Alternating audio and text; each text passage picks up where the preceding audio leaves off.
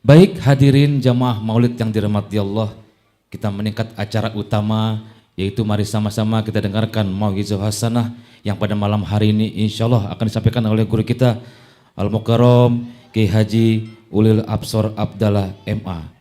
Kepadanya dipersilakan. Tafadhol alaihi maskura. Sallu ala Muhammad.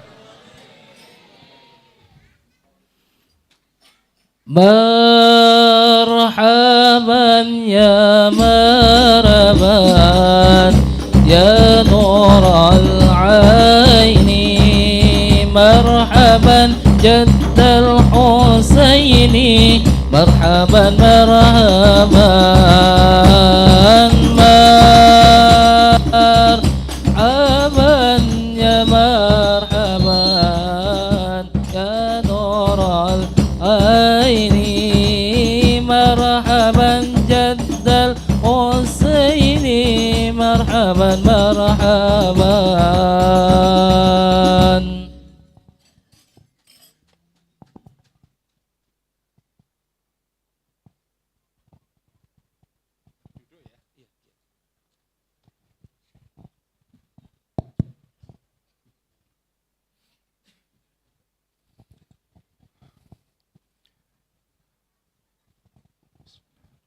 Assalamualaikum warahmatullahi wabarakatuh.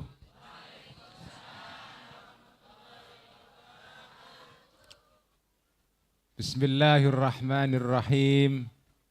Alhamdulillahi rabbil alamin. Wassalatu wassalamu ala ashrafil mursalin.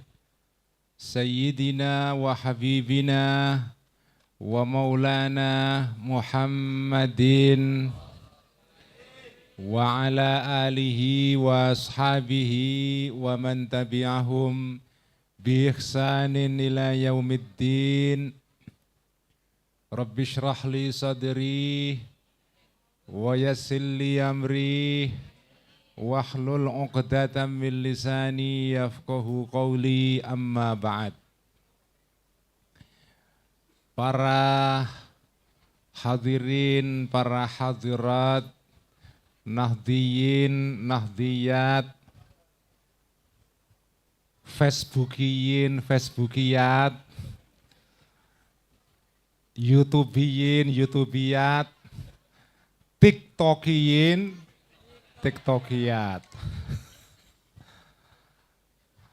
Wabil khusus yang saya hormati dan kita hormati semuanya, Rois Syuriah, pengurus cabang Nahdlatul Ulama Kota Depok, Kiai Haji Dr.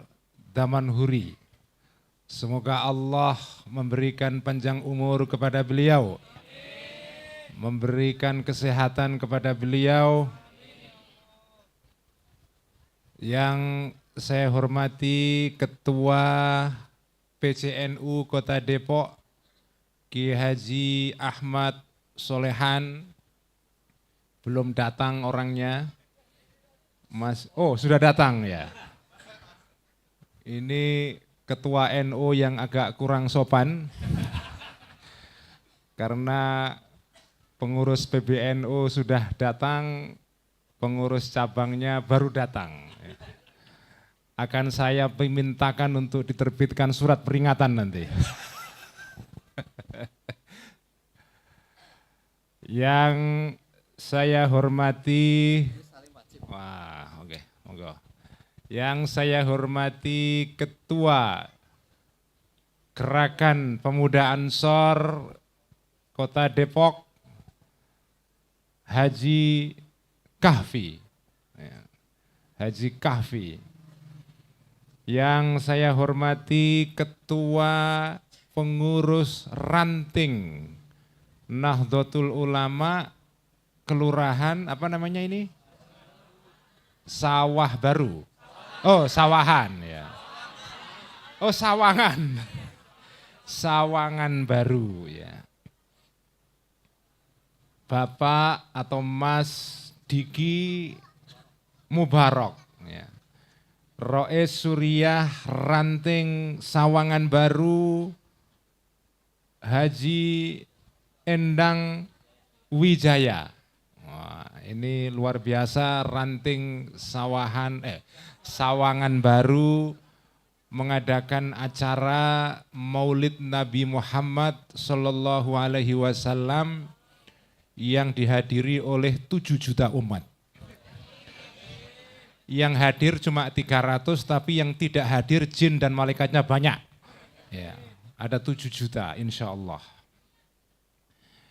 Saya pertama-tama mengucapkan terima kasih, alhamdulillah bisa diberikan kesempatan untuk silaturahmi ke jamaah dan warga NU di Sawangan Baru ini. Tadi saya diceritai oleh Ketua Ranting, Mas Diki Mubarok, ya. Ini di Ranting Sawangan Baru sudah ada pengurus anak ranting di tingkat RW, di 10 RW.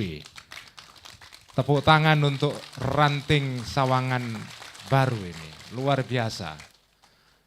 Dan saya investigasi juga, ya, katanya di seluruh kota Depok ini sudah ada pengurus-pengurus tidak saja di tingkat ranting, yaitu di tingkat kelurahan ataupun desa, tetapi hampir di semua anak ranting atau RW itu sudah ada pengurus-pengurus NU. Luar biasa. Ini adalah perjuangan Kiai Ahmad Solehan yang memimpin NU di Kota Depok. Beliau ini memang potongannya, ya, kurang meyakinkan, ya. Kurang meyakinkan. Tapi kerjanya sangat meyakinkan, dan kalaupun jadi wali kota juga kayaknya layak ini, ya. Cuma tasnya nggak ada isinya, itu aja masalahnya itu, ya. Kalau kemampuan insya Allah lebih dari cukup Kiai Alex Solehan ini. Alhamdulillah, tsummal alhamdulillah, NU Nahdlatul Ulama di Kota Depok ini sekarang hidup. Sekarang berkembang hidup sekali, alhamdulillah, karena tidak di semua daerah, ya, ibu-ibu, bapak-bapak, ada pengurus-pengurus NU sampai di tingkat ranting. Jadi kepengurusan Nahdlatul Ulama itu dimulai dari tingkat pusat, namanya adalah Pengurus Besar Nahdlatul Ulama. Ketua umumnya adalah Kiai Haji Yahya Khalil Stakuf, kemudian kiai yang menjadi pemimpin dan panutan seluruh warga NU itu adalah namanya Rois Am, Pengurus Besar Nahdlatul Ulama, sekarang dijabat oleh namanya Kiai Haji Miftahul Akhyar. Kemudian di tingkat provinsi itu ada pengurus NU namanya pengurus wilayah. Di seluruh provinsi Indonesia sudah terbentuk pengurus-pengurus NU di tingkat wilayah. Kemudian di bawahnya ada pengurus NU di tingkat cabang, yaitu di tingkat kabupaten dan kota, termasuk di Kota Depok. Kemudian di bawahnya ada kepengurusan NU di tingkat kecamatan, namanya MWC, ya, Majelis Wakil Cabang Nahdlatul Ulama, itu namanya kepengurusan MWC NU. Ketua MWC di sini kecamatannya namanya apa? Sawangan, ya. Siapa ketuanya, Pak Alex? Haji Saiful datang hari ini? Oh, ada acara sendiri. Ya, ada kepengurusan di tingkat kecamatan, kemudian ada kepengurusan di tingkat desa dan kelurahan. Namanya pengurus ranting. Di bawah ranting ada namanya kepengurusan anak ranting. Belum ada cucu ranting, belum ada. Ya. Insya Allah nanti kalau sudah penduduknya makin banyak, mungkin nanti bisa diadakan cucunya ranting, bukan hanya anaknya ranting saja. Alhamdulillah NU Nahdlatul Ulama ini adalah organisasi yang terbesar di Indonesia, bahkan di seluruh dunia Islam. Para hadirin dan hadirat yang dihormati oleh Allah Subhanahu wa taala, dicintai oleh Allah Subhanahu wa taala. Ini kalau ceramah sound sistemnya bagus begini, ini semangat saya itu. Nah, ini NU yang istimewa karena biasanya acara-acara NU itu sound sistemnya agak kurang bagus. Ya, agak kurang bagus. Ini prestasi buat ranting Sawangan Baru ini. Ini kalau bisa dipertahankan untuk setiap acara-acara maulid, ya, acara-acara seperti ini. NU itu kalau bikin acara minimal itu sound sistemnya bagus. Sound sistemnya bagus, didengarkan itu enak. Jangan sampai bikin acara, waduh salonnya nggak karu-karuan itu ya, nggak karu-karuan. Itu nggak bagus itu. Karena Allah itu Tuhan kita semua itu, Allah itu Tuhan yang maha indah. Allah itu maha indah. Innallaha jamilun. Allah itu maha indah dan yuhibbul jamal. Mencintai keindahan. Indah itu macam-macam. Indah itu macam-macam. Pakai skincare indah. Nah, ini ibu-ibu ini tapi kayaknya ibu-ibu ini nggak pakai skincare ini ya. Pakai ya? Atau yang saya enggak lihat ini ya. Pakai skincare itu indah. Pakai minyak wangi indah. Tetapi sound system yang bagus itu juga indah. Makanya Kanjeng Nabi Muhammad Sallallahu Alaihi Wasallam itu senang sekali kalau ada orang Islam baca Quran, suaranya bagus.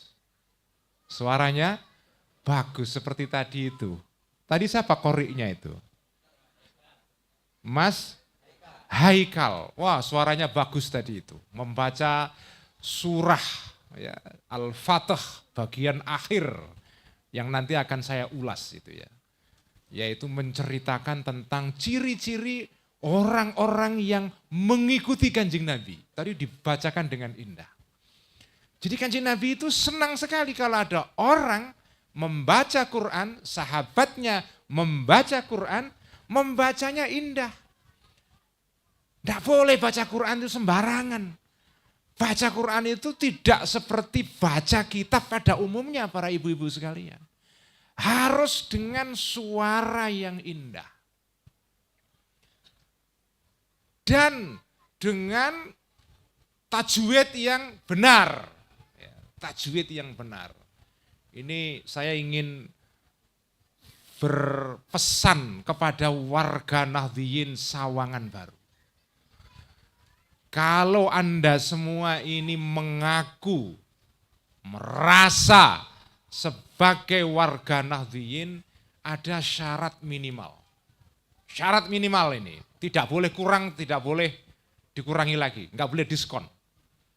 Syarat minimalnya adalah Anda semua minimal bisa baca Quran dengan tajwid yang benar. Itu syarat minimal. Jangan sampai ada warga NU tidak bisa baca Quran. Karena sekarang ini Masya Allah. Sekarang ini ada mahasiswa Universitas Islam Negeri. Nah, ini ada di Depok, ini ada universitas, ada UI, itu UI yang swasta itu. Kalau yang negeri itu namanya UIN, Universitas Islam Nahdlatul Ulama, bukan negeri ya, negeri. Itu ada mahasiswa Universitas Islam sudah selesai S1, baca Quran masih Beletot-beletot. Tidak karu-karuan. Tidak boleh itu. Ibu-ibu, bapak-bapak, kalau punya anak, dipastikan minimal bisa membaca Quran dengan benar. Dengan tajwid yang benar. Dan dengan suara yang indah. Enggak cukup baca Quran hanya dengan tajwid.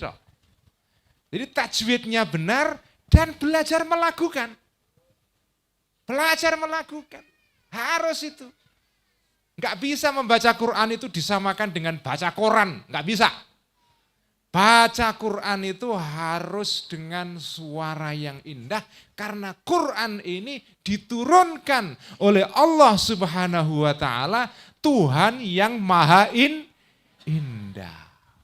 Innallaha jamilun yuhibbul jamal. Allah itu indah dan menyukai keindahan. Menyukai keindahan. Nabi kita, junjungan kita, Nabi Muhammad sallallahu alaihi wasallam itu juga nabi yang menyukai, menyenangi, mencintai keindahan. Mencintai keindahan. Itu nabi kita. Makanya kalau ada orang Islam kok tidak indah, itu perlu dipertanyakan itu. Ini janjannya, apa janjannya itu ya. Sebetulnya itu dia ini ngikuti Kanjeng Nabi atau tidak?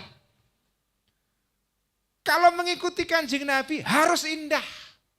Harus indah.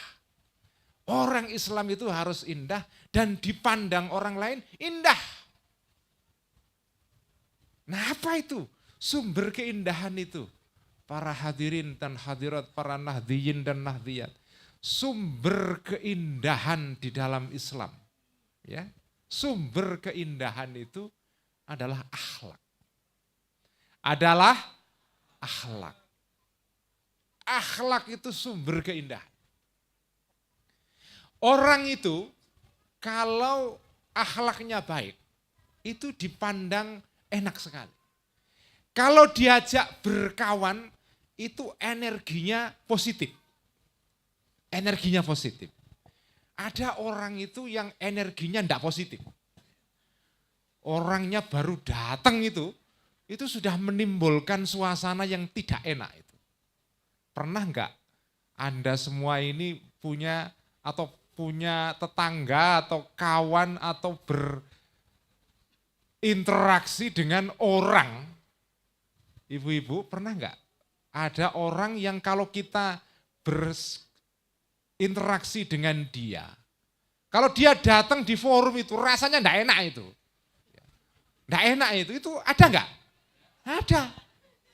Orang kalau datang itu enggak enak itu, mending enggak usah diundang. Kalau ada orang seperti ini, kalau ada acara tidak usah diundang. Kalau ada grup WhatsApp jangan di-add. Kalau bisa diusir saja. Itu ada orang seperti itu. Orang yang bahasa, kalau saya kan orang Jawa, bahasanya itu nggateli itu ya. Apa nggateli itu? Bahasa Betawinya apa? Pokoknya tidak menyenangkan sama sekali. Ini orang yang tidak indah. Ini seperti speaker toa yang rusak itu. Orang yang seperti toa yang rusak itu tidak enak didengarkan itu. Tidak enak itu. Minimal itu ya sound system itu ya, ini apa mereknya ini? Bose ini ya? Apa? Huber. Huber, murah itu. Tahun depan RT Sawangan Baru kalau bisa sudah Bose. Tak doakan ya. Bose. Wah kalau Bose itu ibu-ibu ya ceramah kok salonnya Bose itu wah kita nggak bisa berhenti itu. Nggak bisa berhenti ngomong terus itu. Saya pernah kayak begitu Pak Solehan ceramah seperti itu di Kudus. Di Masjid Menara Kudus itu. Itu Masya Allah itu salonnya itu Bose Pak. Ini potongan-potongan ini nggak ngerti itu apa. Bose itu apa itu dan berapa harganya enggak tahu ini ya. Ketahuan kok melongo-melongo saja. Ya biasanya toa-toa soalnya ini potongan toa semua ini ya.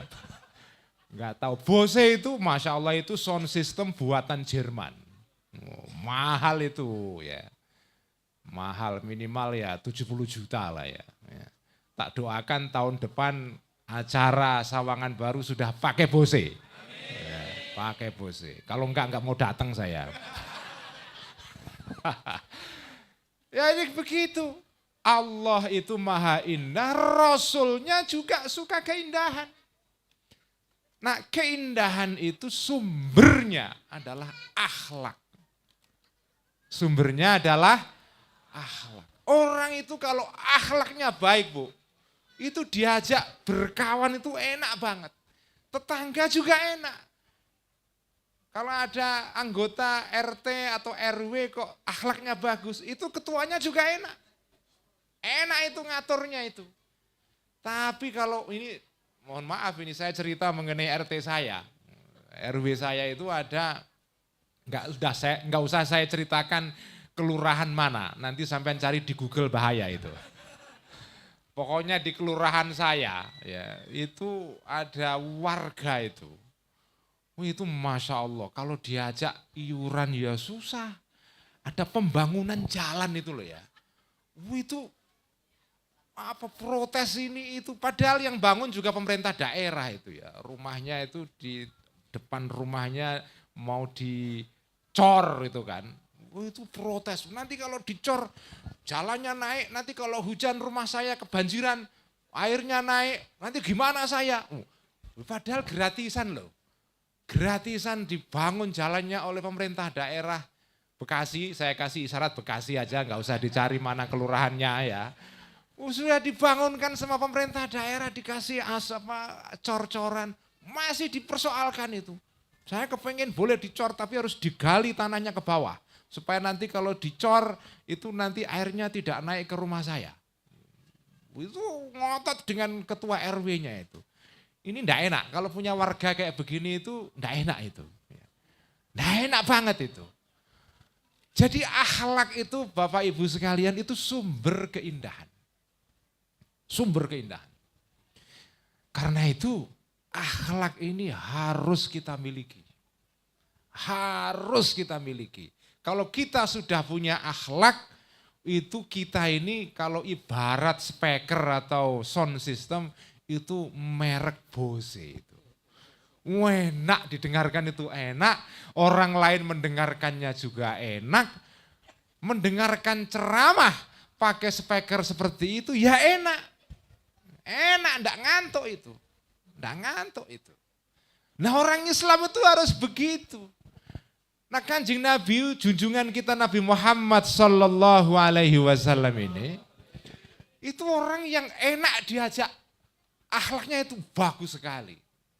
Ya, makanya istri beliau Siti Aisyah radhiyallahu anha itu kalau ditanya gimana Kanjeng Nabi itu? Kanjeng Nabi itu karena khuluquhul Quran. Akhlaknya Kanjeng Nabi itu ya Quran itu. Kanjeng Nabi itu adalah Quran yang hidup. Quran yang hidup.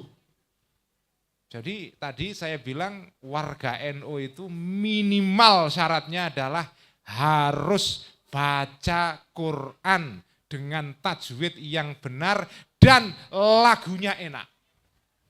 Yang kedua, Anda semua harus kalau bisa usahakan menjadi Quran yang hidup. Seperti Kanjeng Nabi, karena khuluquhul Quran. Kanjeng Nabi ini akhlaknya itu Quran. Kanjeng Nabi ini para hadirin dan hadirat, itu Masya Allah, rumahnya itu tidak pernah sepi. Tidak pernah sepi. Kenapa? Karena orang-orang itu suka bertamu ke Kanjeng Nabi itu suka. Suka sekali. Ngobrol ya, makan-makan, rokok ya kalau sekarang, ketika itu belum ada rokok ya. Rokokan di ruang tamunya Kanjeng Nabi itu senang banget. Senang banget. Ruang tamunya Kanjeng Nabi itu para bapak-bapak sekalian itu tidak pernah sepi. Open house setiap saat. Open house. Nah Kanjeng Nabi, para ibu-ibu sekalian, Kanjeng Nabi ini Masya Allah, Kanjeng Nabi ini orang yang hidupnya memilih sebagai orang miskin. Bukan karena kere, bukan. Kalau ibu-ibu ini kan kere ini kan. Kalau Kanjeng Nabi ini enggak. Orang yang memilih untuk miskin. Kanjeng Nabi kalau mau kaya bisa, tetapi memilih hidup sederhana. Karena itu Kanjeng Nabi enggak punya rumah. Kanjeng Nabi itu enggak punya rumah. Untuk dirinya ya, untuk istri-istrinya ada. Tapi untuk dirinya Kanjeng Nabi enggak punya rumah. Rumahnya Kanjeng Nabi itu di samping masjid. Masjid Nabawi, Masjid Madinah, ya ini semua saya doakan yang hadir malam ini bisa ziarah ke makam Kanjeng Nabi Muhammad Sallallahu Alaihi Wasallam. Ya. Mau pakai uang dinas atau uang sendiri nggak penting, yang penting ziarah ya. Mau ziarah uang dinas, uang apalah kampanye, uang pilkada, terserah pokoknya ziarah ya.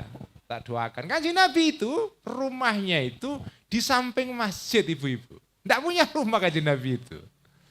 Kanjeng Nabi itu tidak punya rumah. Jadi kalau nerima tamu itu di masjid. Wong tidak punya rumah, rumahnya itu ya ruangan kecil di samping masjid. Disitulah beliau tinggal bersama istri beliau yang paling dicintai setelah Siti Khadijah, yaitu Siti Aisyah. Siti itu artinya Bu, Sayyidati. Ya. Siti itu apa artinya? Sayyidati, artinya bendoro, bendara itu apa? Majikan perempuan. Ya. Karena Sayyidati itu artinya pemimpin. Nah, tetapi orang Nusantara itu lesannya enggak berat kalau mengucapkan Sayyidati itu susah itu. Nah, udah Siti gitu saja ya. Apalagi mengucapkan wallahul muwaffiq ila aqwamit thoriq, wah susah itu ya. Tapi kalau orang NU terutama pengurus-pengurusnya harus belajar. Ya, bukan muwaffiq loh ya. Wallahul muwaffiq ila aqwamit thoriq, jangan thoriq ya. Ya, harus itu tajwidnya harus benar itu. Karena kalau tajwidnya salah maknanya juga keliru ya. Keliru itu ya. Wallahul muwaffiq ila aqwamit thoriq ya. Ini tapi kalau warga NU enggak usah lah ya. Susah itu ya. Ya tadi itu Sayyidati Siti gitu ya. Siti Aisyah itu tinggal bersama Kanjeng Nabi di ruangan samping masjid itu. Nah Kanjeng Nabi kalau menerima tamu di masjid. Wong enggak punya rumah, nerima tamunya di di beranda masjid, di bukan emperan ya, masjid itu kan ada dua bagian gitu ya, bagian dalam, bagian luarnya itu apa namanya kalau di sini? Teras. Nah di terasnya masjid, itu kan Nabi di situ. Nah ini saya cerita, ini selingannya, ini ditiru oleh almarhum Buya Syafi'i Ma'arif, ketua Muhammadiyah. Nah, ini Muhammadiyah ini kawan kita, ya kita harus bersahabat ya. Karena Muhammadiyah itu kakak kita. Karena berdirinya itu lebih dulu. NU berdiri tahun berapa Bu? 1926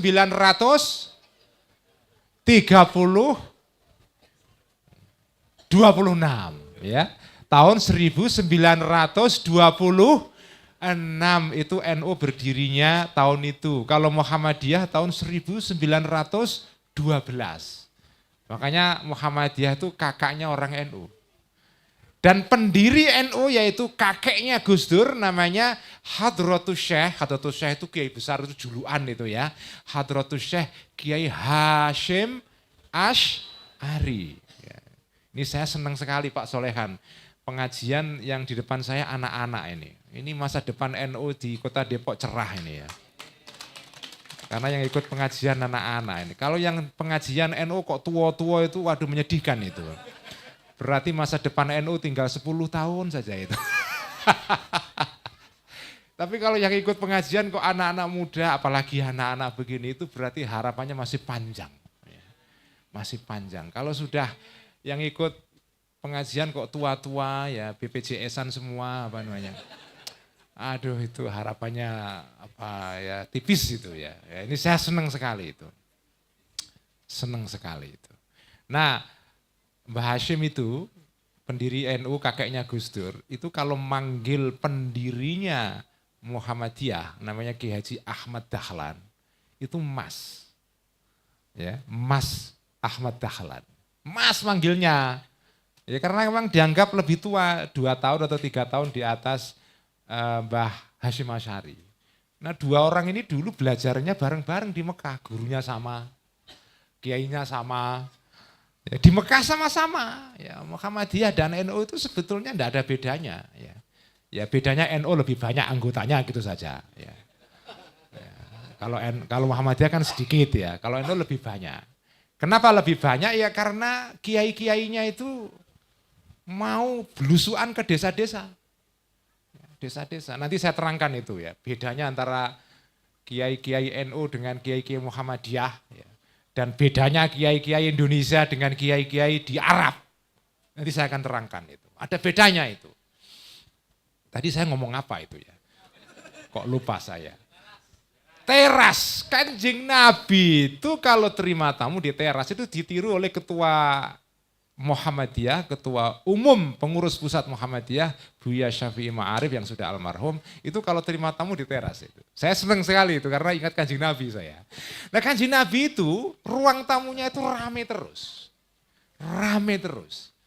Sampai Kanjeng Nabi itu kadang-kadang kewalahan menerima tamu itu sampai kadang-kadang itu sungkan Kanjeng Nabi itu mau ngusir atau menyuruh pergi tamu-tamunya itu Dan tamu-tamunya ini ya seperti banser-banser Depok begitu. Kalau bertamu itu terus duduk lama kali, sudah dikasih makan tidak pulang-pulang. Itu kan cirinya banser begitu ya. Sudah dikasih makan itu tidak pulang-pulang. Ngobrol, ya, rokok di situ, ya, diskusi macam-macam. Dan Kanjeng Nabi itu memang orang yang suka diajak diskusi. Sampai turun ayat itu. Ada ayat khusus memperingatkan orang-orang Islam zaman Kanjeng Nabi sahabat itu. Jangan ngono lah, jangan begitulah. Kamu kalau bertamu dengan Kanjeng Nabi itu sudah dikasih makan, ya pulang. Ayatnya itu saya lupa ayat lengkapnya, tapi bagian yang saya ingat terus itu la musta'nisina li haditsin.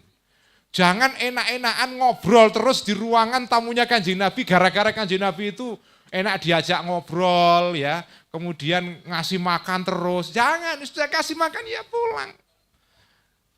Inna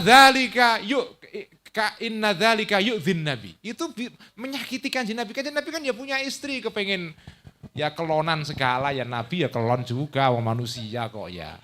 Ya Kanjeng Nabi ya kelonan juga Bu ya. Ya jangan dikira kalau Nabi terus tidak kelonan, itu perlu kelonan juga, Nabi itu Nabi manusia ya. Ya Muhammadun basyarun lakal basyari, manusia cuma tidak seperti manusia kita-kitain, tapi manusia juga. Makan, minum, nikah, kelon, ya bercengkerama dengan istrinya, perlu. Lah ini gara-gara sahabat yang bertamu berjam-jam ini nggak pulang-pulang. Kanjeng Nabi kemudian tidak bisa kemudian menggauli istrinya. Sampai turun ayat itu. Tapi apa artinya ini? Kanjeng Nabi itu orang yang akhlaknya indah. Diajak ngomong itu enak sekali. Makanya sahabat itu setiap saat kalau ada apa-apa selalu sowan atau pergi berkunjung silaturahmi ke rumahnya atau ke masjid yang merupakan rumah Kanjeng Nabi. Itu saya jadi ingat kiai-kiai di Jawa dan di Nusantara pada umumnya, terutama di Jawa. Kiai-kiai kita itu kan enggak ada kiai-kiai itu kok kayak dokter kiai terima tamu dari jam 4 sampai 5 sore, kan enggak ada itu ya. Kalau ada kiai kok mempunyai office hour, jam kantor itu ya, terima tamu jam 9 pagi sampai jam 12, itu namanya dokter. Kalau kiai tidak begitu, kiai itu ya ruang tamunya terbuka setiap saat. Open house setiap saat. Karena niru Kanjeng Nabi memang. Kan begitu itu Kanjeng Nabi itu. Dan itu diikuti oleh para ulama-ulama kita dan para kiai-kiai kita itu. Tidak semua sih ya. Ada kiai-kiai itu kalau disowani, dikunjungi itu ibu-ibu. Itu enak sekali diajak ngomong. Enak sekali. Enak sekali. Saya nggak tahu kalau, saya kira di di daerah Depok sini, saya enggak tahu contohnya siapa, Kiai Solekan. Kiai Damanhuri, Kiai Damanhuri di contohnya ini. Nah, ini Kiai yang mengikuti teladan Kanjeng Nabi. Sampean mau berkunjung ke rumah beliau jam berapa saja, insya Allah diterima. Ya. Soal diberi makanan atau tidak itu urusan kedua itu. Ya. Tapi insya Allah diterima, jam berapa saja. Itu begitu. Ulama itu mengikuti teladan para nabi-nabi ini. Karena ulama itu memang al-ulama'u warathatul anbiya. Kanjeng Nabi itu tidak punya pewaris. Karena Kanjeng Nabi itu tidak punya anak laki-laki. Tidak punya pewaris dalam pengertian pewaris yang mewarisi kepemimpinan Kanjeng Nabi itu tidak ada. Karena Kanjeng Nabi tidak memiliki anak laki-laki. Nah di Arab itu nasab atau silsilah itu menggunakan jalur laki-laki. Karena Kanjeng Nabi ini tidak memiliki anak laki-laki, putra beliau laki-laki meninggal pada saat masih kecil, maka Kanjeng Nabi ini tidak punya anak laki-laki, punya Kanjeng Nabi itu hanya putri, anak perempuan satu-satunya yang masih hidup pada saat Kanjeng Nabi sudah wafat. Itu masih ada satu anak putri, yaitu namanya Siti Fatimah Az-Zahra. Itu. Nah Kanjeng Nabi itu ya sebetulnya kalau menurut standar orang Arab itu ya nasabnya itu putus. Putus. Karena tidak punya anak laki-laki. Makanya kalau sekarang ada ribut-ribut soal nasab-nasab itu ya begitu, ya begitu itu. Ya. Kanjeng Nabi tidak punya anak laki-laki, yang ada anak perempuan. Anak perempuan itu tidak punya anak laki-laki. Nah Kanjeng Nabi punya pewaris. Pewarisnya bukan pewaris nasab. Jadi waris itu, ibu-ibu dan bapak-bapak, waris itu ada dua jenis. Ya, silsilah, nasab itu ada dua jenis. Dalam bahasa Arab itu ada nasab, ada hasab. Apa? Ada nasab, ada hasab. Nasab itu artinya keturunan biologis, itu namanya nasab. Kalau hasab, itu bukan keturunan biologis, tetapi keturunan dalam hal akhlak dan sifat-sifat. Tadi pagi saya ngikuti acara Maulid Nabi di Pusat Studi Quran, PSQ, yang didirikan oleh Profesor Quraish Shihab. Di mana? Di Pondok Cabe. Nah di sana saya mendengarkan ceramah Gus Bahak dan Profesor Quraish Shihab. Nah saya mau menceritakan apa yang dikatakan Profesor Quraish tadi pagi kepada ibu-ibu. Ya, kepada bapak-bapak di sini. Profesor Quraish mengatakan begini. Ahlul Bait, keluarga Nabi, menurut tafsiran Profesor Quraish Shihab itu adalah tidak sekedar orang-orang yang merupakan keturunan biologis Kanjeng Nabi yang disebut dengan nasab itu. Menurut Pak Quraish Shihab, Profesor Quraish Shihab adalah keluarga Nabi, Ahlul Bait itu adalah semua orang yang meneladani sifat-sifat Kanjeng Nabi. Namanya hasab. Kita semua di sini insya Allah termasuk keluarga Kanjeng Nabi. Insya Allah. Insya Allah kita semua ini keluarga Kanjeng Nabi. Ya. Dalam pengertian apa Bu? Hasab. Jadi ada nasab, ada hasab. Makanya ada sholawat karangan Al-Imam Abul Hasan Asy-Syadzili, pendiri Thorekoh Syadziliyah. Ya, ada sholawat namanya sholawat Masyishiyah. Ada yang pernah dengar? Belum ya? Nah, itu perlu diketahui ya. Penting diketahui oleh para warga Nahdliyin dan Nahdliyat di dalam tradisi umat Islam, ibu-ibu bapak itu ya. Sholawat itu macam-macam. Sholawat itu macam-macam Bu ya. Sholawat itu ada sholawat nariyah, sholawat api. Wah ini kalau sedang ada kegentingan, nah ini bacanya sholawat nariyah Bu ya. Genting itu bukan artinya jenengan pinjol apa pinjam online terus punya cicilan, itu bukan itu ya. Itu kalau punya cicilan kreditan BRI enggak usah baca sholawat nariyah itu ya. Kebesaran ya. Kebesaran itu ya. Ada sholawat namanya sholawat nariyah. Ada sholawat namanya sholawat Al-Fatih. Allahumma salli ala Sayyidina Muhammadinil Fatihi lima ughliq. Ya. Al-Khatimi lima sabaq, nasiril haqqi bil haqq, al-hadi ila siratikal mustaqim. Ya. Itu namanya sholawat Al-Fatih yang merupakan sholawat ciri khas Thorekoh Tijaniyah. Nah kalau Thorekoh Syadziliyah itu ada sholawat yang merupakan kekhasan Thorekoh ini. Namanya sholawat Masyishiyah. Yang ditulis oleh ulama besar dari Maroko tetapi kemudian wafatnya di Mesir. Namanya Syekh Abul Hasan Asy-Syadzili. Ya, Thorekohnya namanya Thorekoh Syadziliyah. Itu ada salawatnya Bu, namanya Masyishiyah. Dalam salawat itu dikatakan, Allahumma alhiqni binasabih wa haqiqni bihasabih. Oh, ada dua. Allahumma alhiqni binasabih. Ya Allah, ya Tuhanku, sambungkanlah aku dengan nasabnya Kanjeng Nabi. Walaupun aku ini bukan nasab secara biologis. Tapi sambungkanlah aku ya Allah dengan nasabnya Kanjeng Nabi. Wa haqiqni bihasabih.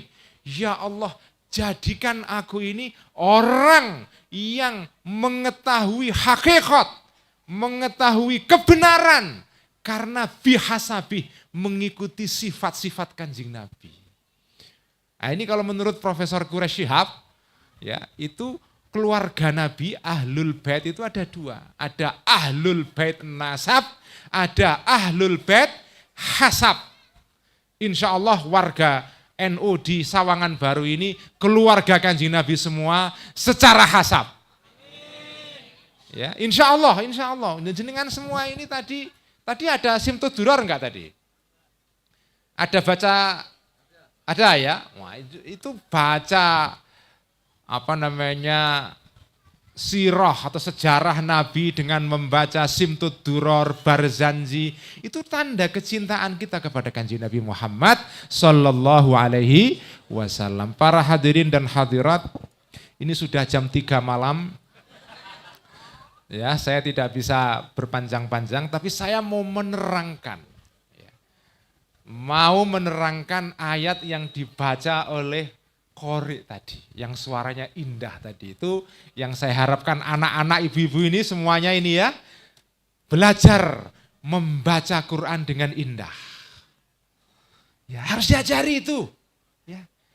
Wah sekarang YouTube sudah banyak sekali itu ya, tilawah-tilawah yang indah itu. Itu biasakan ibu-ibu kalau pagi-pagi sebelum memutar dangdut itu kalau bisa dimulai dulu dengan tilawah lah ya. Ya, habis sholat subuh ya itu jangan langsung dangdutan ya. Jangan langsung apa namanya, ya itulah ya, dangdut koplo.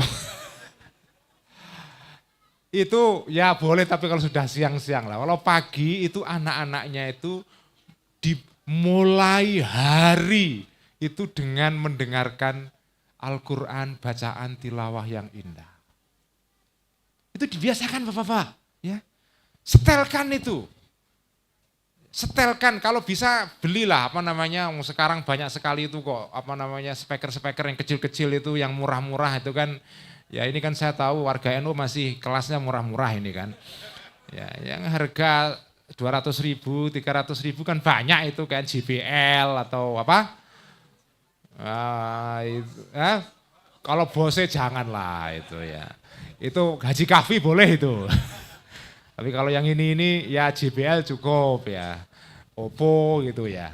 Nah itu beli salon kecil itu ya pakai Bluetooth. Setel YouTube pagi-pagi itu dimulai ibu-ibu apa? Quran. Tilawah Quran, cari korek yang indah. Cari korek yang indah. Banyak sekali udah, banyak sekali. Cari yang indah. Dan kalau bisa jangan pindah-pindah. Cari korek satu yang jenengan suka, pilih satu itu istiqomah. Jangan pindah-pindah. Nanti kalau pindah-pindah, anak ibu-ibu ini nanti enggak mengenali suara. Jadi cari satu kori, dipilih, disetel setiap hari. Supaya anak-anak bapak-bapak ini nanti kenal suara kori ini. Bisa meniru. Kalau dipindah-pindah nanti susah nirunya. Cari satu kori kemudian disetel setiap hari. Ya, pagi-pagi habis sholat subuh, 5:30 ya, setengah jam aja lah. Diputar itu tilawah Quran. Ya, setengah jam.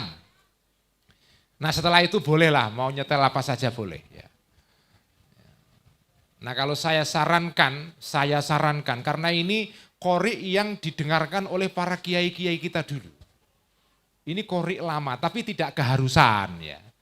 Ada 2 qori yang merupakan qori yang dulu didengarkan oleh para kiai-kiai kita dulu. Ya. Guru Mughni, Guru Syafi'i Azami itu pasti mendengarkan ini semua, saya yakin itu. Pertama nanti dicari di YouTube, namanya adalah qori ini tilawahnya namanya adalah Syekh Mahmud Khalil Al-Khusori. Mahmud Khalil Al-Khusori. Ya, itu yang pertama. Yang kedua adalah Syekh Abdul Basit. Ya, Muhammad Abdul Basit, itu terkenal sekali. Nah kalau bisa itu ya, karena ini bukan apa-apa, ini untuk meneruskan tradisi kiai-kiai kita dulu kalau mendengarkan Quran yang indah, bacaannya itu melalui 2 qori ini. Ini qori klasik, ya, qori klasik. Tapi kalau mau milih yang lain, monggo Imam Sudes, Huzaifi, monggo. Ya. Ya. Tapi kalau bisa pilih satu qori yang indah, yang sampean cocok, setiap hari sampean perdengarkan, terutama kalau jenengan punya anak-anak seumuran kayak gini-gini ini. Karena ibu-ibu, anak-anak itu, ini kata para ulama, hadis itu ada hadisnya itu. Mathalul ladzi yata'allamu, ini kata Kanjeng Nabi ya. Mathalul ladzi yata'allamu fis sighari kannaqshi 'alal hajari.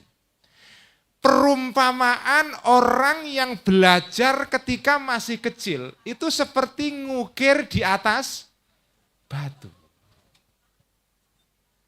Kalau orang belajar sudah tuwek-tuwek kayak ibu-ibu ini ya.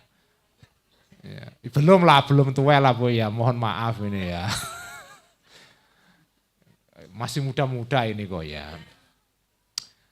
Kalau yang sudah tua belajar, wa mathalul ladzi yata'allamu fil kibari, itu kan naqshi 'alal ma', seperti mengukir di atas air.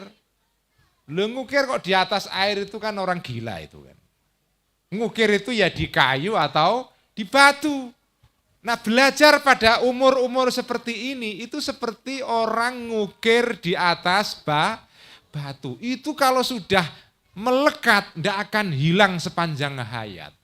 Karena itu ibu-ibu, mumpung masih kecil, kalau sudah punya anak-anak kecil pada umur SD, SMP, SMA itu masih bisa diperdengarkan ayat Quran, bacaan yang indah setiap hari. Nah, saya membahas ayat yang dibaca oleh Qori tadi itu ya, dalam surat Al-Fatah. A'udzubillahi minasyaitonirrajim. Muhammadun. Nah, kita baca dengan indah ya. Nah, gimana? Kita tilawahkan coba ya.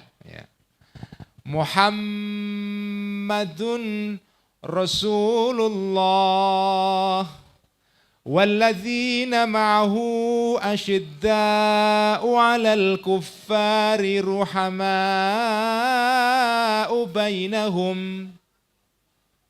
Allah تراهم ركعا سجدا يبتغون فضلا من الله ورضوانا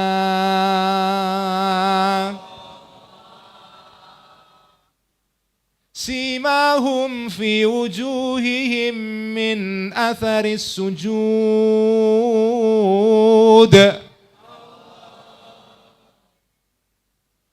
Ini ayat menjelaskan tentang orang-orang sahabat-sahabat yang mengikuti Kanjeng Nabi. Muhammadun Rasulullah.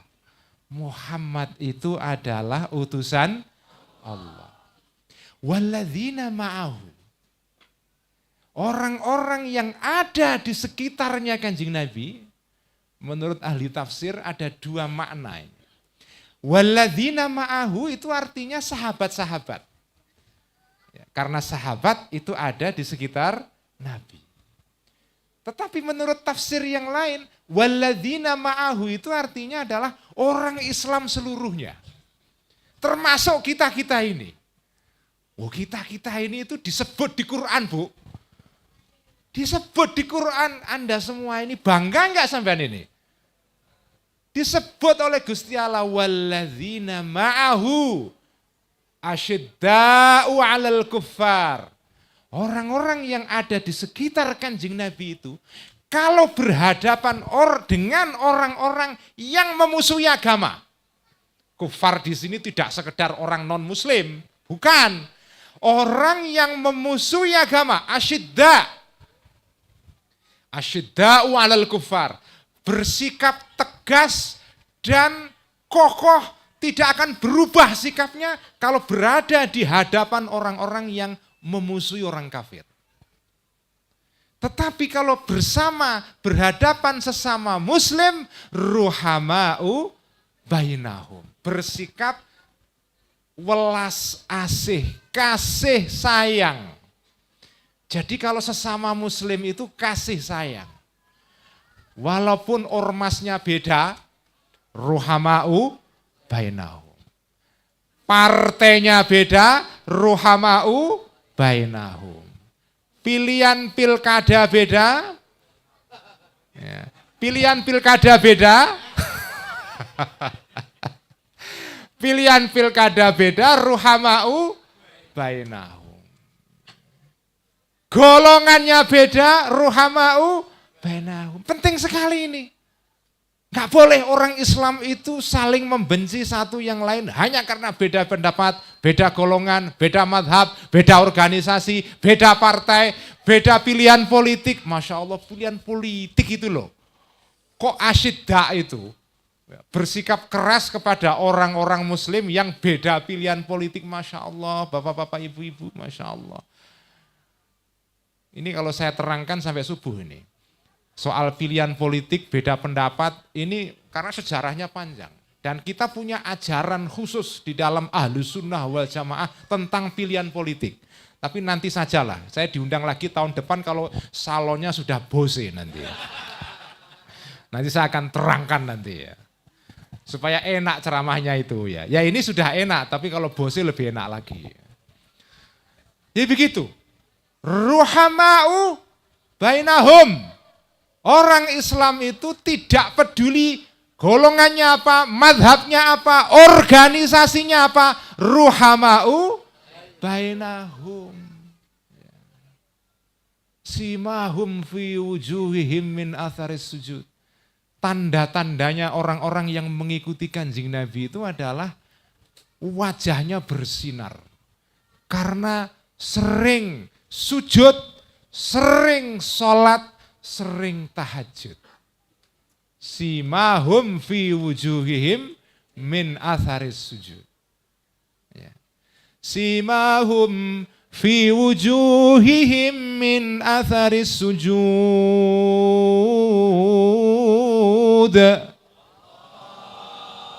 Dzalika mathaluhum fil Taurah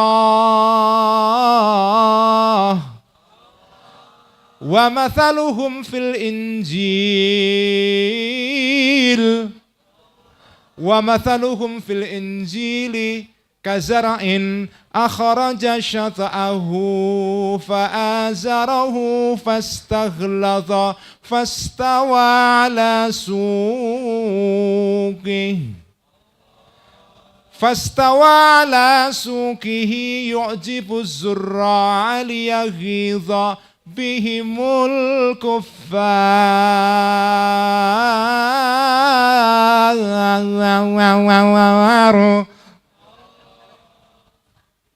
Wa'adallahu alladhina amanu wa 'amilus salihati minhum maghfiratan wa ajran 'azima.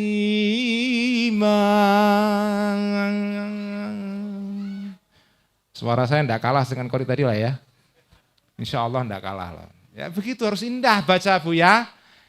Kalau bisa, kalau di rumah gitu sendirian, baca Quran sendirian di rumah indah. Belajar menirukan lagu-lagu yang kira-kira ibu bisa.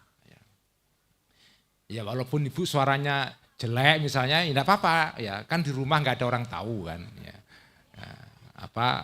Coba meniru suara yang indah gitu kan. Ya daripada menirukan dangdutan enggak jelas gitu kan. Ya, mending baca Quran yang indah itu. Nah ini, dzalika mathaluhum fit Taurah. Itulah perumpamaan orang-orang yang mengikuti Kanjeng Nabi kalau di dalam kitab Taurat, yaitu kitabnya orang Yahudi. Jadi di dalam kitabnya orang Yahudi itu ada penggambaran tentang orang-orang yang mengikuti Kanjeng Nabi Muhammad sallallahu alaihi wasallam, yaitu orang-orang yang wajahnya bersinar karena sering sujud. Nah kalau di dalam kitab Injil, kitab Bible, kitabnya orang Kristen, itu digambarkan begini. Wa mathaluhum fil Injil kazar'in. Orang-orang yang mengikuti Kanjeng Nabi itu, para Bapak Ibu sekalian, itu diperumpamakan, diserupakan dengan kazar'in. Ini kalau menurut kiai saya, almarhum Kiai Maimun Zuber, almarhum dari Sarang Rembang, Jawa Tengah, ini salah satu tokoh besar NU dan juga salah satu tokoh besar Partai P3, namanya Kiai Maimun Zuber. Ya, itu makamnya di makam Ma'la di Mekah. Itu satu-satunya makam di Ma'la yang ada namanya. Tidak ada, di Saudi itu tidak boleh makam ada namanya, itu dilarang. Karena dianggap bid'ah. Ya. Makam itu tidak ada, bahkan tidak ada nisannya, itu tidak ada. Itu kalau di Saudi.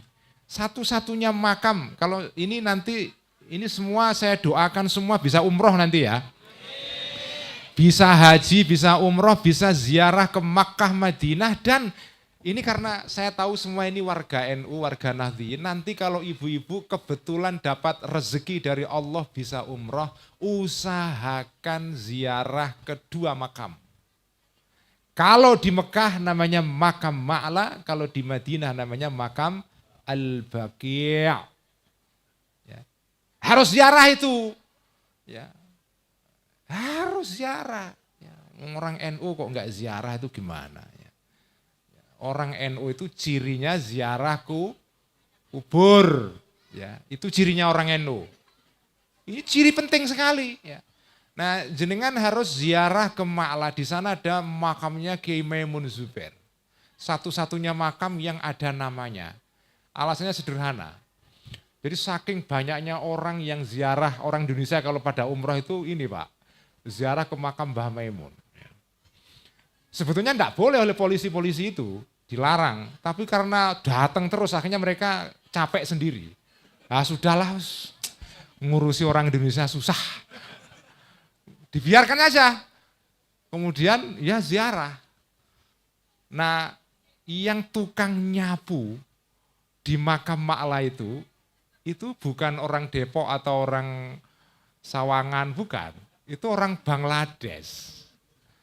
Nah orang Bangladesh ini senang sekali. Kalau ada orang Indonesia datang masuk gerbang pintu Ma'la itu langsung Maimun.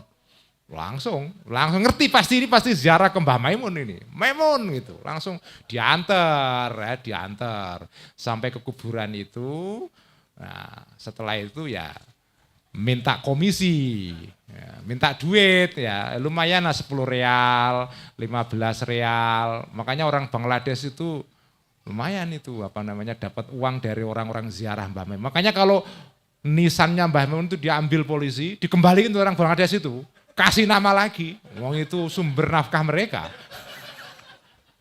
Itu orang Bangladesh itu. Nah Mbah Maimun itu ibu-ibu nafsiri kazar'in itu, ya kazar'in, itu langsung diterjemahkan seperti padi. Karena di Arab itu tidak ada zar'un. Tidak ada. Zar'un itu artinya tanaman yang seperti padi, gandum, jagung gitu ya. Jadi ada benihnya, kemudian ketika benih itu tumbuh, itu mula-mula tangkainya kecil. Satu. Tapi dari satu muncul tangkai yang banyak. Di setiap tangkai nanti ada benih-benihnya banyak itu. Itu namanya zar'in. Kalau kurma itu bukan zar'un itu. Kurma itu bukan zar'un. Kurma, zaitun yang di Arab banyak sekali itu zar'un itu bukan. Itu namanya ghorsun. Itu namanya tanaman. Tapi kalau zar'un itu artinya adalah padi, gandum, jagung, sorghum, ya. Itu namanya zar'un. Nah, Mbah Maimun menerjemahnya kazar'in itu seperti padi. Kazar'in akhraja syat'ahu. Pengikut Kanjeng Nabi itu para ibu-ibu sekalian, itu seperti padi yang tumbuh tadi itu, tangkai itu, batangnya itu. Kazar'in akhraja syat'ahu fa'azarahu. Tangkai-tangkai yang kecil ini itu saling menguatkan satu dengan yang lain. Kalau padi sendirian, Bapak Ibu sekalian, coba lihat. Apakah ada orang yang nanam padi hanya satu saja? Kalau ada petani kok nanam padi kok satu saja, itu ya perlu dibawa ke rumah sakit jiwa itu. Oh nanam padi kok cuma satu. Edan itu namanya. Namanya nanam padi itu ya seluruh sawah. Itu namanya nanam padi. Nah setelah tumbuh, ini tangkai satu yang kecil ini saling memperkuat. Fa'azarahu fastawa. Karena saling memperkuat kemudian lurus tegak. Fastaghlazo kemudian menjadi kuat. Fastaghlazo fastawa ala suqihi yu'jibuz zurra. Membuat petani-petani pada kagum semua. Senang. Si petani para ibu bapak sekalian. Saya enggak tahu di sini ada petani enggak ya? Ada? Haji Kahfi petani enggak? Haji Makmur, ya. Berapa hektar tanahnya?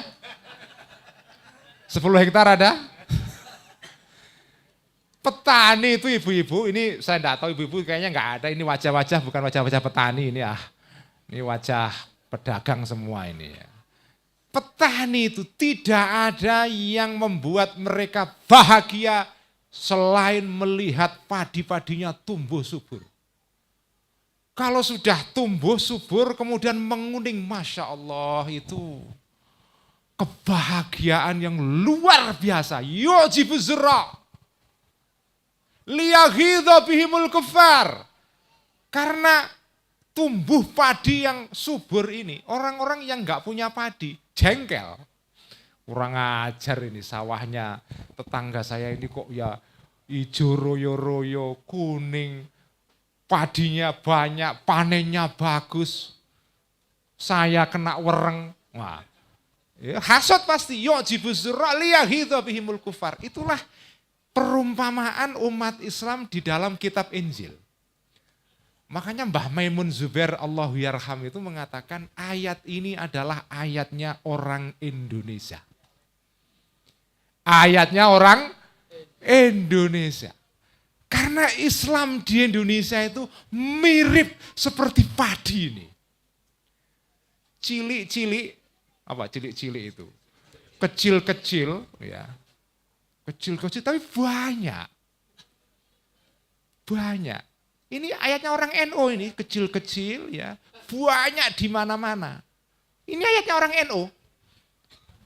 Orang Islam Indonesia itu Masya Allah, banyak sekali dan makin tambah. Makin tambah, Alhamdulillah. Negara kita ini negara yang jumlah muslimnya makin banyak dan orang-orangnya makin soleh. Makin soleh. Sekarang ini ibu-ibu, ini kalau di daerah saya, di Jawa Tengah. Sekolah negeri SD itu enggak laku itu. Itu kalau di Jawa Tengah. Jadi sekarang itu SD negeri itu pada mengeluh. Sebagian gulung tikar, benar itu. Yang ramai sekarang ini madrasah dan pondok pesantren. Masya Allah, saya sendiri punya pondok pesantren di kampung dikelola oleh adik saya, itu nolak-nolak santri. Sekarang ini orang mondok itu Masya Allah ibu-ibu banyak sekali. Ya meskipun niatnya orang-orang memondokkan anak-anaknya ini ya kadang-kadang ya enggak benar. Enggak benar itu. Jadi ya ini orang Jakarta merasa dompetnya tebal, duitnya banyak. Terus mengirim anaknya yang nakal ke pondok pesantren di kampung. Langsung ketemu kiainya, kiai ini saya bayar setahun kontan. Saya serahkan anak saya kepada kiai diurus sebaik-baiknya.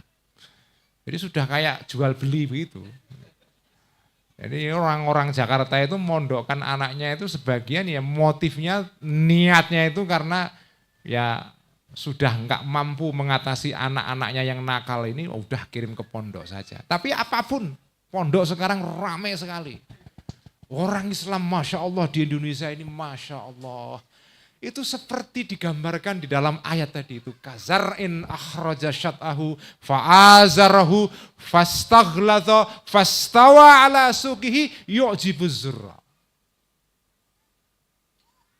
Indonesia ini sawahnya Islam. Indonesia ini sawahnya Islam. Kanjeng Nabi ini sebagai petani yang menanam Islam pertama, kalau lihat orang Indonesia pasti akan bahagia. Bahagia. Masya Allah orang Islam Indonesia itu Masya Allah. Kalau sampean, saya itu kalau umroh itu saya punya kesukaan, punya kegemaran Bu ya. Saya pergi ke toko-toko, bukan belanja ya. Bukan belanja, saya pergi ke toko-toko untuk survei. Ketemu dengan para pedagang-pedagangnya itu, saya senang sekali itu. Saya ketemu pedagang yang toko-tokonya di sekitar Masjidil Haram di Madinah itu, saya datangi itu. Ya kadang-kadang beli cuma sekedar untuk tidak membuat jengkel pemilik tokonya, ngomong terus nggak beli kan nggak enak ya. Kadang-kadang beli minyak gitu saja ya. Kenapa saya kepingin ketemu mereka, saya tanya. Saya tanya ngobrol-ngobrol tentang gimana Pak, dagangannya gimana, bagus. Ada orang Bangladesh, sudah menjadi penjaga toko, punya toko di dekat Masjidil Haram 36 tahun. Orang Bangladesh, Masya Allah, ya jualan macam-macam.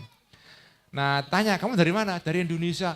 Begitu kalau saya jawab orang Indonesia itu langsung Masya Allah. Orang Indonesia ini orang yang akhlaknya paling baik di dunia. Al-Indonesiun ahsanun nasi akhlaqan wa khuluqan. Itu selalu begitu. Saya ketemu anak muda dari orang Saudi, pemuda Saudi, begitu tahu saya orang Indonesia, dia langsung senang sekali. Ibu saya orang Bogor, bapak saya orang Saudi, ibu saya orang Bogor. Masya Allah orang Indonesia itu Masya Allah, tidak ada manusia sebaik orang Indonesia. Enggak ada. Saya juga heran, padahal setahu saya orang Indonesia ya kayak gini-gini aja. Kayak gini-gini aja itu loh, tapi menurut orang Arab ini, kalian bapak-bapak ibu ini kalau di mata orang Arab, Masya Allah. Orang Indonesia itu kalau umrah itu tertib, tertib. Enggak ada sikut-sikutan tuh enggak ada itu. Ya. Bahkan orang Indonesia itu membuat inisiatif-inisiatif yang kemudian ditiru oleh jamaah-jamaah lain itu. Orang Indonesia itu yang punya inisiatif pertama, kalau tawaf itu bersama-sama, terus ada seragamnya. Seragamnya itu kadang-kadang itu loh, selendang kayak penonton bola itu, apa namanya itu? Syal, ya, syal itu. Ini kayak Persija gitu ya. Umroh pakai syal gitu. Seragam, terus ada benderanya. Oh, ada benderanya, terus nanti ada imamnya baca doanya bareng-bareng, dituntun itu ya. Dituntun itu. Tawaf, sa'i gitu. Inna sofa wal marwata min sya'airillah faman hajjal baita awi tamaro fala junaha ayat tawafa bima. Bareng-bareng. Itu kemudian sekarang ditiru oleh orang-orang dari negara lain.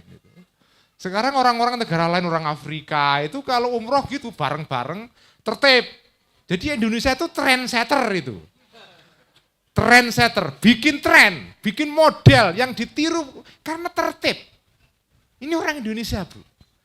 Nah kemudian saya mikir-mikir, ini kenapa orang Indonesia ini kok akhlaknya bagus-bagus ini. Setelah saya pikir-pikir, jawaban saya satu. Ayat tadi itu, kazar'in akhraja syat'ahu fa'azarahu fastagladho fastawa ala suki. Orang Islam Indonesia itu seperti padi sawah yang menghijau ini. Banyak sekali, tertib, subur. Nah kenapa Islam di Indonesia ini subur? Karena ulamanya itu mau turun ke bawah. Saya ini sudah keliling ke hampir semua negara Arab. Dan saya punya kesimpulan, Pak. Bedanya ulama Indonesia, termasuk ulama Sawangan besar ini, Sawangan baru ya, dengan ulama Arab itu satu. Ulama Indonesia itu mau turun ke bawah, ke desa-desa. Bahkan di Indonesia itu ulama besar itu bukan di kota, tetapi di desa. Yang di kota-kota itu yang sering masuk TV itu malah bukan ulama besar itu. Itu kadang-kadang ya ulama jadi-jadian saja itu. Ulama karena diulamakan oleh produser TV. Begitu. Tapi kalau ulama yang beneran di Indonesia itu tinggalnya di kampung-kampung. Makanya ulama-ulama NU, Nahdlatul Ulama, ibu-ibu itu tinggalnya yang besar-besar loh ya. Kalau yang di kantor PB itu yang kecil-kecil itu. Ya. Itu ulama kecil-kecil yang di kantor PB itu cuma administrator gitu saja. Ya. Pengurus. Yang ulama beneran NU itu ya di desa-desa.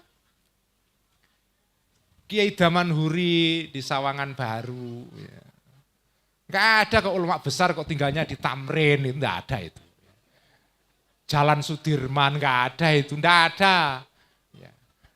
Ulama kok tinggalnya di SCBD itu pengusaha minyak apa ulama itu. Ya, ya paling tinggalnya di Srengseng gitu kan. Apa namanya, Cakung. Ujung Bahagia, tahu Ujung Bahagia itu? Itu daerah Bekasi yang paling ujung. Ya. Ujung yang enggak bahagia sebetulnya. Di pinggiran Bekasi itu. Kiai Nur Ali itu At-Taqwa, di ujung Bahagia, pinggiran Bekasi. Begitu ulama-ulama kita itu tinggalnya di Kampung-kampung. Beda dengan ulama Arab.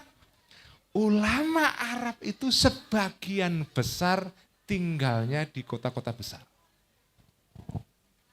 Dari dulu sampai sekarang. Di Kairo, ibu kota Mesir. Di Damaskus, ibu kota Syria. Di Madinah, di Makkah, di Riyadh, begitu. Di Yaman juga di kotanya. Ya, kalau Yaman agak sedikit mirip Indonesia, di Tarim itu kampung itu. Ya. Karena memang Indonesia ini agak niru-niru Yaman memang. Ya. Niru soal ilmunya, ya, ilmunya. Nah, ulama Indonesia itu tinggalnya di kampung-kampung, dekat dengan masyarakat. Mau menghadiri maulidan kayak begini ini mau. Itu ulama kita itu.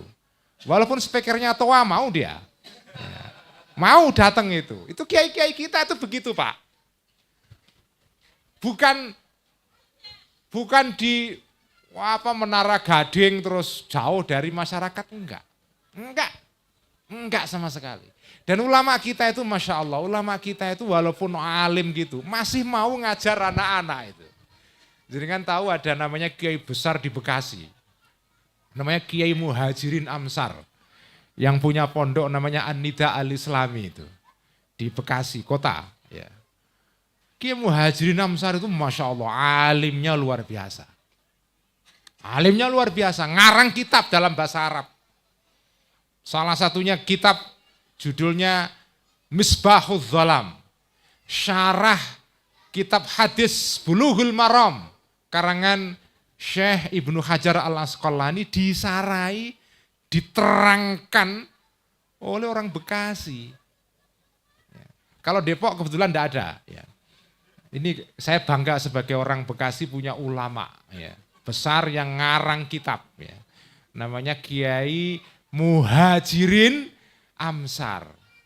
Nah ini masih ngajar anak-anak begini mau, padahal alim sekali. Itulah ciri khas ulama kita. Itu yang membuat Islam di Indonesia itu kazar'in akhraja syat'ahu fa'azarahu fastaghladhu fastawa ala suqihi dan seterusnya tadi itu. Sekian yang bisa saya sampaikan ngaji Mauludan malam ini. Semoga bisa ketemu di lain kesempatan dengan sound system yang lebih baik, yaitu merek Bose. Ya. Sekian, wallahul muwaffiq ila aqwamit thoriq. Wassalamualaikum warahmatullahi wabarakatuh. Warahmatullahi wabarakatuh.